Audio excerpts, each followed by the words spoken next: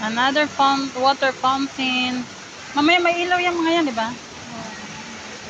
Ang lungkot naman nitong boyfriend mo. Oo nga, malungkot nga eh. Hindi ko kasi dinaalaw ng ilang araw.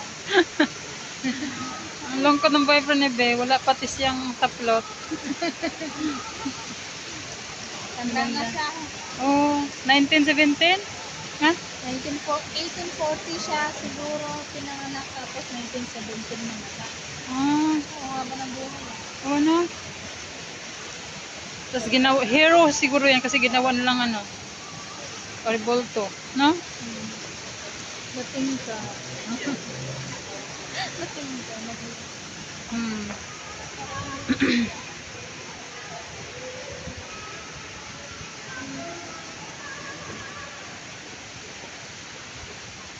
Ibang lahi yan eh. Ayan guys.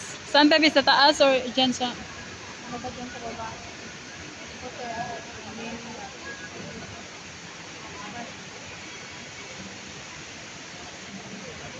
Hindi pa ka magpipit.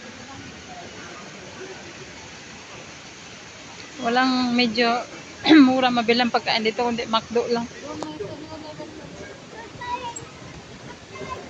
May mga water fountain na sila dito.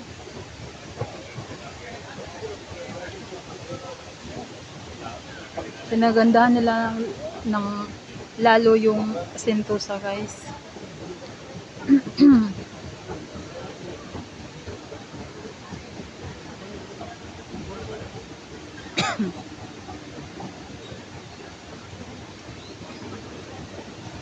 Ayan, mas maano dito yung water fountain. Mas marami.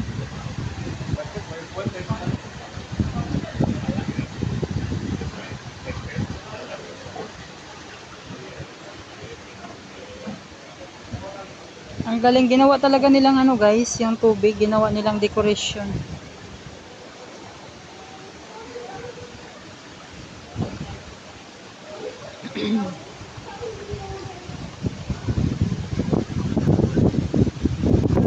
Ang ganda tingnan guys. Pag nandito ka sa taas.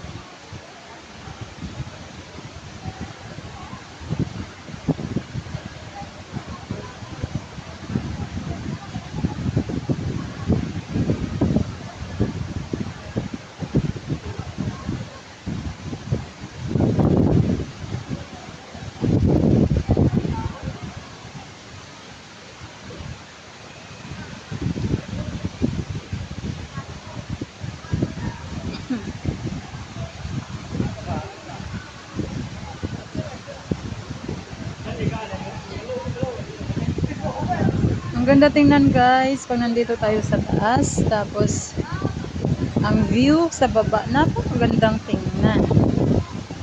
Ayan. Ito yung Sentosa World Heritage guys.